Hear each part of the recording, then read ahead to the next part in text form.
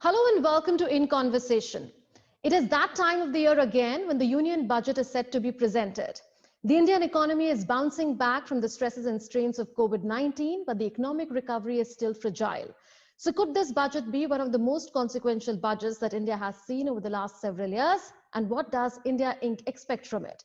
To talk about that and more, we have with us the Director General of the Confederation of Indian Industry, Chandrajit Banerjee. Mr. Banerjee, welcome to Doordarshan. Thank you. Thank you very much. Thank you.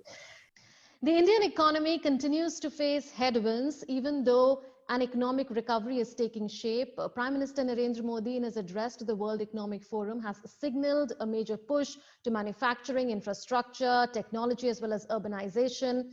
How critical do you think this budget is going to be, considering the exceptional times?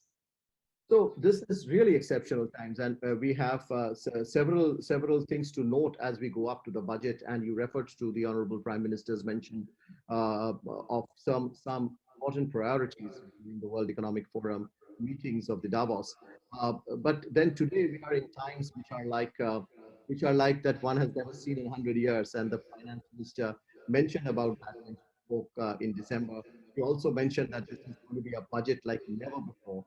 And with the pandemic economics pretty much at play, we expect that this budget is going to be something which is going to be something that we have perhaps of the likes of 1991 or 1997.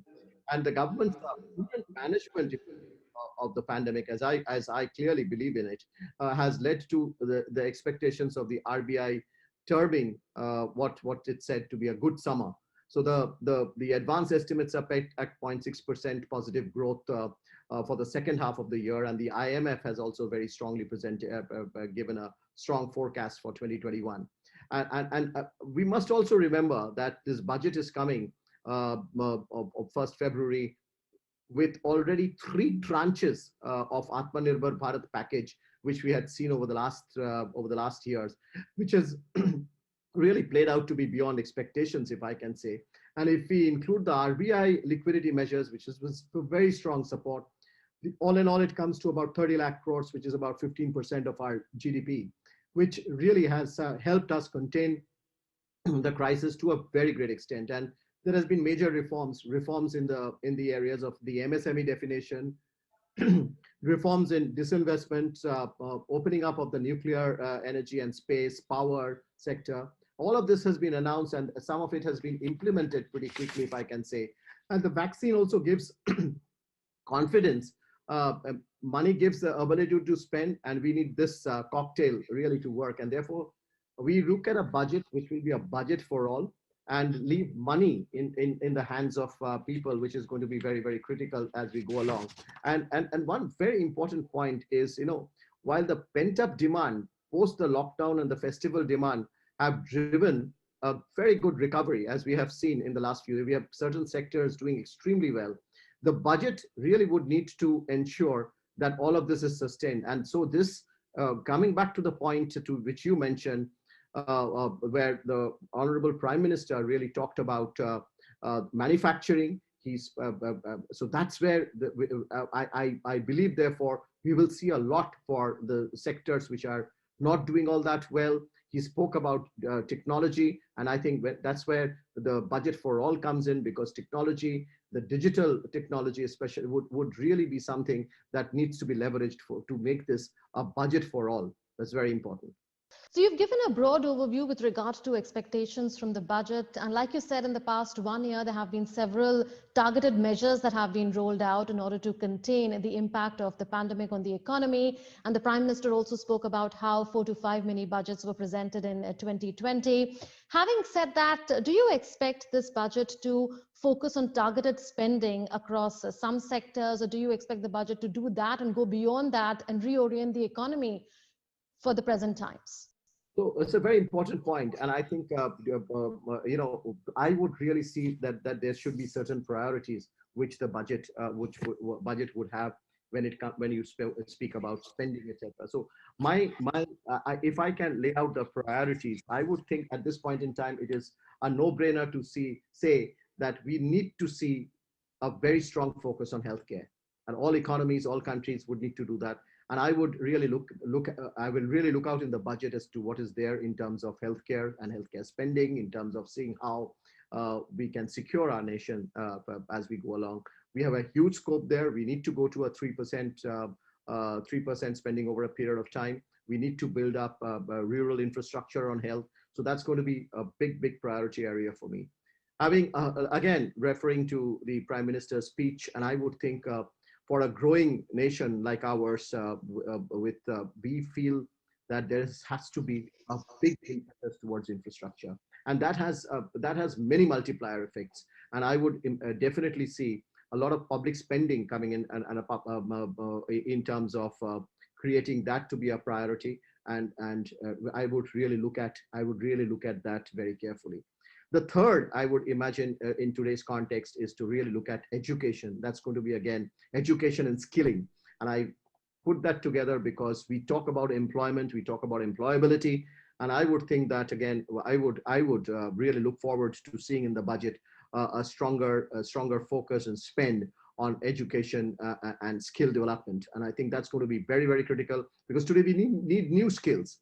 We, as India moves forward. So when we talk about new skill, so therefore we need to focus on reskilling. We need to focus on all of that.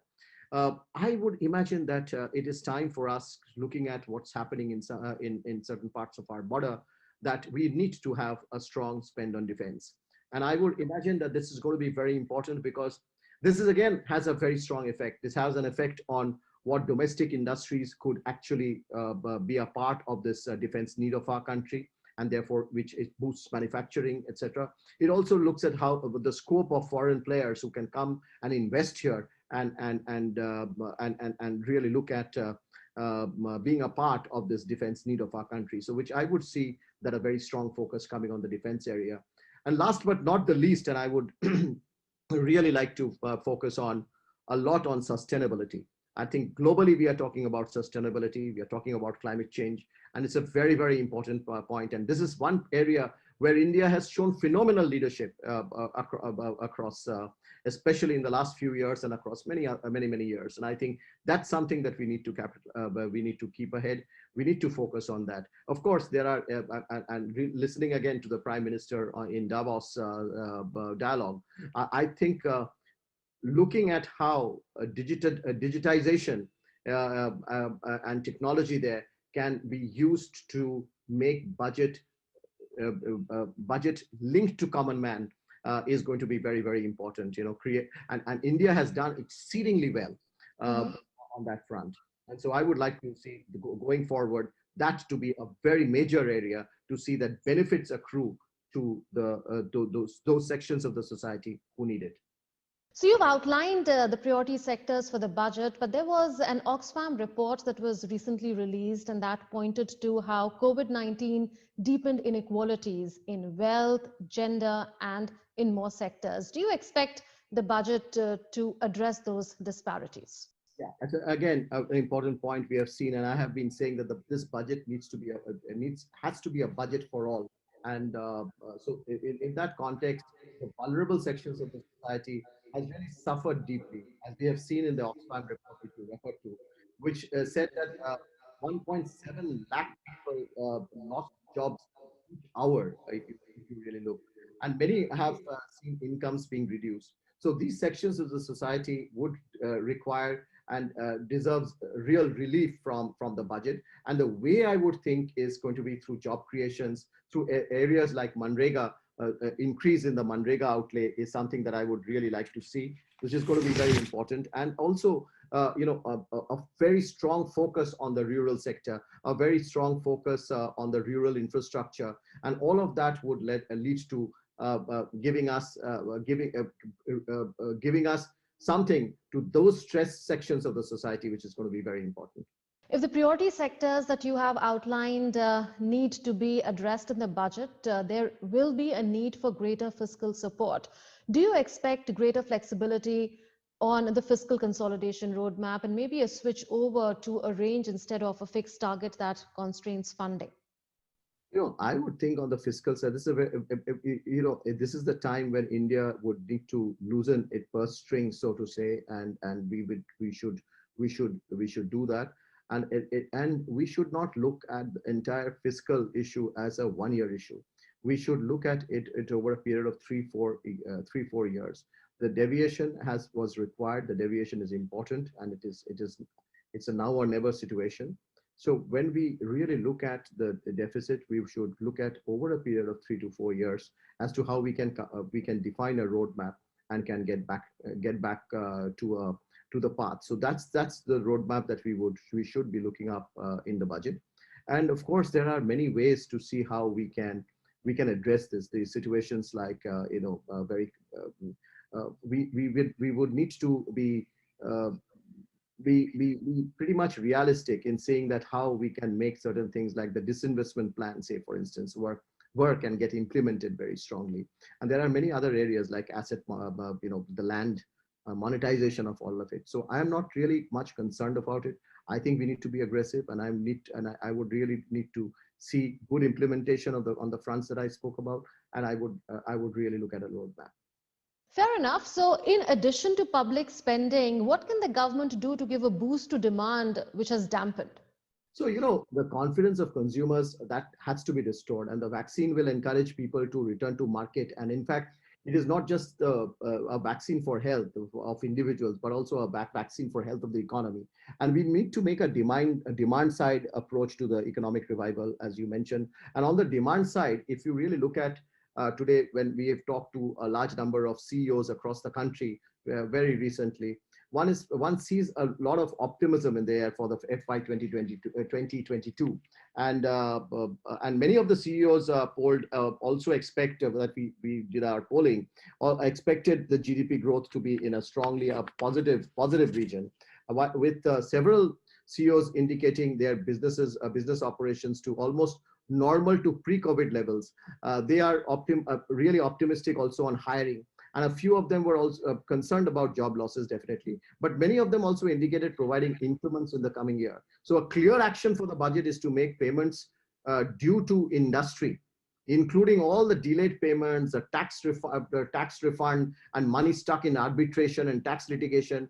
All of this, I think, there has to be a firm commitment of the government to take that forward. That itself would be absolutely great in terms of seeing investments in terms of the demand. I would also say that payments from all government agencies should be sort of mapped to the GST invoices, and dues should be tracked for timely release of on an online portal. So this usage of technology is also going to be very, very critical and important. And for MSMEs, government tenders should provision for payments to be made as per the MSMED Act, and interest for delay to be automatically added to the payment. So this also really helps functioning. These really help demand to also pick up. And I would think one of the biggest things that one would like to see in the budget is some sort of a tax certainty. Tax certainty. I'm not talking about reducing of taxes, but more of tax certainty, and a huge focus on ease of doing business. I think all of this are going to be very, very critical from the business side to see in the budget coming in for demand. And over a period of time, the capacity utilization is increasing, is on the uptick, and I could think that sooner or later you will see more capacity addition by the private sector. Mr. Banerjee, you spoke about the need for greater tax certainty, and every time a budget is presented, it is scanned for whether it has introduced any new tax, cess, or surcharge. Having said that, we are aware that the government requires resources in order to be able to commit to large public expenditure in the budget. How do you look at the proposition of taxing the rich for that?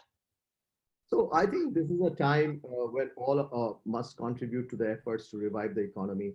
And one way of this could be considered is through an increased cess on incomes above a certain level. I know that this is being talked about, this is being expected, and this would need to be carried out very judiciously if absolutely necessary. And I would read this to be like a COVID cess probably. Moreover, any cess that is levied, and this is a concern area, any cess that is levied must be channelized into the right productive investments. We have seen a lot of unspent amount in cesses of previous years, such as tax on imports of certain goods for R&D. So we have any other consideration, we would need to see it in that context. And another consideration is that the cess must be time bound with a very clear date. Cesses too should have a use by date to be really effective. So, my last comment on this is that a good maxim in this regard is, when in doubt, bet on growth.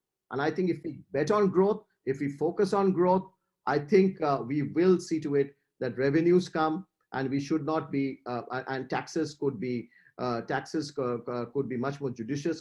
We don't need to increase the level of taxes, but just bet on growth. See to it how we can facilitate more growth in the country. And manufacturing can play a big role as far as giving a boost to growth is concerned. In tune with the government's focus on Atmanirbhar Bharat, or to make India self-reliant, what does India Inc. expect from the budget to boost local manufacturing and in terms of tariff structure? So very important thing, strengthening Atmanirbhar Bharat is going to be, and I would see that something which we have seen in the last few months, that to be very strongly continued. And that's a very important thing. We need to make our manufacturing competitive. We need to be Atmanirbhar, and the tax policy and the customs policy tariffs, that of example of the PLI expansion, graded move towards competitive custom tariff regime. All of that is something that we would like to see in the budget. It should be what we would really like to see in the budget is much more ease of doing business. And I referred to that earlier, but I would like to underline that, because that is what manufacturing looks out for. Lesser tremors, if I can say, as we go forward. There are lots of issues which relates to tax disputes or even uncertainty of contract enforcement. These are areas which are really important. And I would say that if we are able to address them very adequately, we can see a very strong competitive manufacturing in the country, which in turn could really contribute very strongly to Atmanirbharta. And one of the best things that have been done by the government in terms of manufacturing over the last few months have been the PLI, the production linked incentive. And I think that gives us encouragement, and we would like that to be seen to be taken forward in the budget. The government of India is not just focusing on Make in India for India, but also on Make in India for the world. And we saw that there was a huge dip insofar as global demand is concerned amid the pandemic, and that had a ripple effect on India's exports sector, and that in turn contributed to contraction of the Indian economy. What does India Inc. expect to boost exports from the budget? I think exports would be one of the top agenda priority areas of the budget. And this is, as I see it, it's an extension of Atmanirbhar Bharat, which is actually so well strongly supplying to the rest of the world, connected to the rest of the world. We have suggested a task force with industry participation on strategizing India's integration with the global value chain. And this is a very important point, as exports are driven largely by large multinationals in global value chain. So this is something that we would like to keep in mind. Second, I would also think that the government must ensure stable tax regime and stable long-term interest rates at current levels. And these are important points to make India's manufacturing competitive. And if we are competitive, we will be able to export. And initiatives towards ensuring sanctity of contracts of government and quasi-government entities, as well as for the state, which plays a very important role, that will go a long way in encouraging private investments, which leads up to exports. And one important point that I would like to say, that the budget should expand the lower interest rates provided to the MSME exporters to all exporters, and increase annual allocation. A fund of rupees about 5,000 crores for lower interest rates for exporters would be a huge multiplier, and that will have an impact on exports and also on jobs.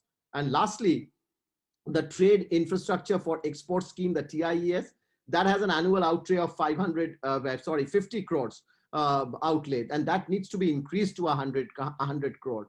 so that trade and trade infrastructure such as connectivity to ports, faster clearances at ports, warehousing facilities, all of that, this needs to be ramped up. One important issue is how do we capitalize the capitalization of Exim Bank so that finance availability for exporters are ensured. Since you referred to employment as well, we are aware that the government is keen on giving a boost to employment. How do you think this budget can help further that objective? So, I would think employment is going to be a very, very critical issue. We have all talked about jobs, and job losses, and therefore I would see that a phenomenal focus that needs to come into creating rural infrastructure. Schemes such as the PMAY or the Pradhan Mantri Sadak Yojana, those are really ones which can generate a large number of jobs, and also connecting rural and urban economies, which also enhances jobs. So new opportunities can really unfold in urban areas with better connectivities to workers. So something that I would like to really see. And I would really see that, construction, as you know, is pretty much the largest employer after agriculture. So a big focus on construction is something which would be of very important value. For companies, the government had come out with a very good scheme of allowing 1.3 times the salaries paid to employees for the purpose of tax deduction. So this is something called the 80JJAA, and that needs to be incentivized. So this is currently set at incomes to 25,000. What we have been suggesting and we look forward to seeing is that raised to 50,000, and the Manrega outlay that should be kept at 1 lakh crore, which is extremely important to support the people in the rural areas, and that ensures jobs. A similar outlay really also needs to be considered for urban poor in terms of employment guarantee for public works such as sanitation, housing, and so on. Right. So reforms, we are aware, is a continuing process, and the government believes in big bang reforms as well as incremental reforms. In what sectors do you expect the budget to accelerate this reforms journey? One important point on the reforms would be to see how reforms are actually benefiting the common people. And I would really like to see that the government continues its focus on reforms helping those stressed sections of the society.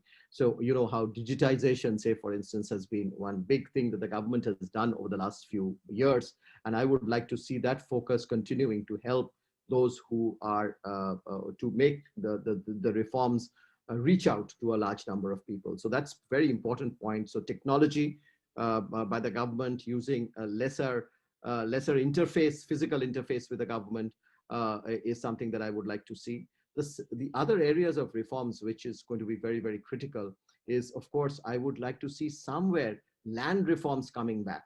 And that's something that I would really look out for in the budget. Government has done quite a bit of important initiatives on the labor side. So I don't know how much they would be able to do it during this budget, but that's again going to be these are important areas for a modern India. And I would think that they would need to focus on that. I spoke about healthcare, and therefore I'm not going to go into that because healthcare and education reforms were done last year, as you've seen, phenomenal steps. So I would really like to see more focus on the healthcare side. But another very, very important area of reforms that we are all looking forward to seeing is the financial sector. And that will be critical to the overall health of the economy. And it is said that an economy is actually lubricated by the flow of funds. And NPAs are like clogged arteries and would be expected to increase in the coming fiscal year. So to unclog the financial system, we expect a strong push to the bond market. So we would like to create something like a developmental financial institution. I would like to see that in the financial sector as a part of the financial sector reform. And I would like to also see bad banks. We are hearing about it in the last few days. And I would like to see that the bad banks, so that there is stronger focus on our banking system, which is in terms of its reform. So I would really like to see a large number of reforms taking place in the financial services sector. I would also like the government to see. I was listening to the Honorable President's address to the Parliament.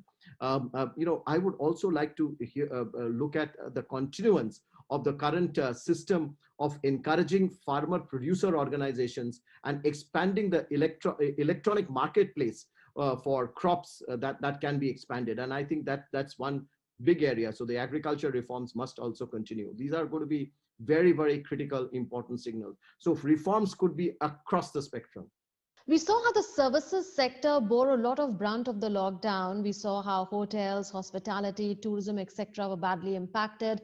Do you expect the budget to provide fiscal support to the services sector besides the very many that you've mentioned already? You know, some of the major stress sectors at this point in time are in the services sector also. And some sectors like what you mentioned, tourism, retail, media and entertainment, they have been disproportionately impacted by the pandemic. And many of these sectors are really large employment generators. It's a very important point that we need to keep in mind. And I think the government should encourage people to go out and travel now. Vaccine, that plays a very important role as far as tourism is concerned, and that really will create livelihoods for millions of people. And that sector, I think, must be now accorded the infrastructure for large facilities so that incentives are available to them at a much lower income tax or interest rates. So that's very critical point. You spoke about retail, and that needs to be put in as a priority sector so that shopkeepers are able to access more funds from the bank. Small retailers, really what they lack is technology, and so an enhanced depreciation for expenses on digital solutions like software and digital marketing tools, really needs to be focused upon. And the last one on that is a very important sector, though all of both you and I are use it pretty often, is the media and the entertainment sector. And that has the potential in this country to go up to 100 billion US dollars by 2030, and can provide jobs and boost exports. So the sector could be really need to be accorded an industry status so that it can avail incentives and facilitation accorded to other industries under the industrial policies. Mr. Banerjee, towards the end, if I may ask you, what are the three recommendations that you would make to the finance minister ahead of the budget? What would you say? Very, very good question. I don't know whether I can restrict myself to three, but I will. And I would think that let us not see any shocks. So a stable tax regime is what I would really look forward to. I would see a very strong commitment of the government towards reforms, and I would like to see more reforms being taken forward. The government has been known for very bold steps, and I would really like that boldness of the government to be continued in this budget. So that's the second point that I would really like to say. And the third, I mean, it's again, this is a budget coming at a very crucial time. So the budget it would need to have something for everyone, something for the people who really do not who are really stressed out in the society today. So a lot for them. Second, also for the middle class, let them have more spending power, let them be happy, and don't disturb the rich because too much in terms of taxation, I would say. So a budget which will have something for all. So that's my third point. Absolutely. So a budget for all and a growth-oriented budget. That's what you're saying. Well, thank you, Mr. Banerjee, for speaking to us, and let's look forward to a great budget. Thank you. Thank you very much. We all look forward to that.